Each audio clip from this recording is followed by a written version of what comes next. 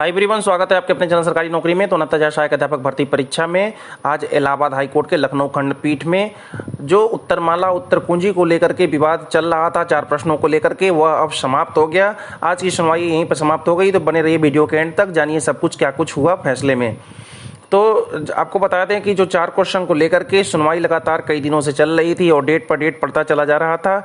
और आज जो है लास्ट डेट मान करके जो अभ्यर्थी पक्ष के वकील थे एलपी मिश्रा जी, और लास्ट डेट आज मान करके ये चल रहे थे कि आज के बाद फिर डेट नहीं पड़ने देंगे। जबकि वहीं एजी साहब का ये कहना था कि एक डेट और दिया जाए और इस पर और अच्छे से विश्लेषण किया जाए। तब जब साहब ने खूब तेज से फटकारा, बोला और कहा कि लगातार डेट ही पड़ेगा तो वैकेंसी आगे भी बढ़ेगी, कि यहीं पर रोक दूं वैकेंसी को।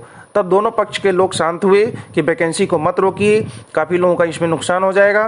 जज साहब ने कहा कि जब इतने गलत प्रश्न आपके द्वारा एससीईआरटी के द्वारा दी गई है तो इसका खामियाजा छात्र क्यों भुगतें, तो छात्रों को कॉमन नंबर दिया जाए इस पर जितने भी प्रश्न हैं। साहब ने कहा इन जितने भी प्रश्न हैं गलत हैं उस पर कॉमन अंक सबको दिया जाना चाहिए।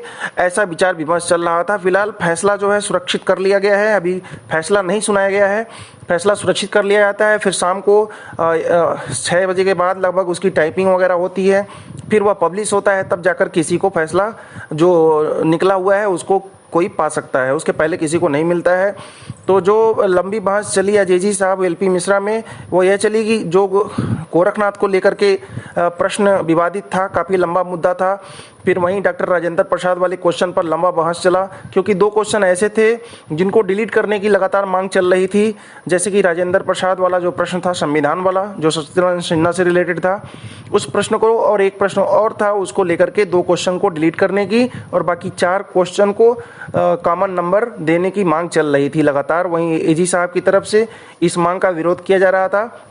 वहीं जज साहब ने जब मन बना लिए कि इस भर्ती पर स्टे दे दिया जाए, तब वहीं दोनों पक्ष के लोग चुप हो गए और जज साहब अपनी बात से पलट गए और फिर स्टे वाली बात को आगे नहीं बढ़ने दिया।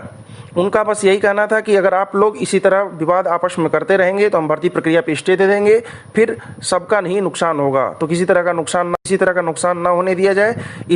इसी कारण इस मामले पर जो फैसला है वो मैं सुरक्षित रख लिया हूँ। तो इस मामले पर जो फैसला निकल के आया है सबके समक्ष जल्द ही उपस्थित हो जाएगा। तो लगातार कंफर्म 101% फैसले को जानने के लिए लगातार मेरे चैनल से जुड़े रहिए। अगर मेरे चैनल को अभी तक आप सब्सक्राइब करके बेल आइकन नहीं दबा पाए हैं तो दबा लीजिए और इस वीडियो को खूब ज़्यादा लाइक करें, खूब ज़्यादा शेयर करें। धन्यवाद।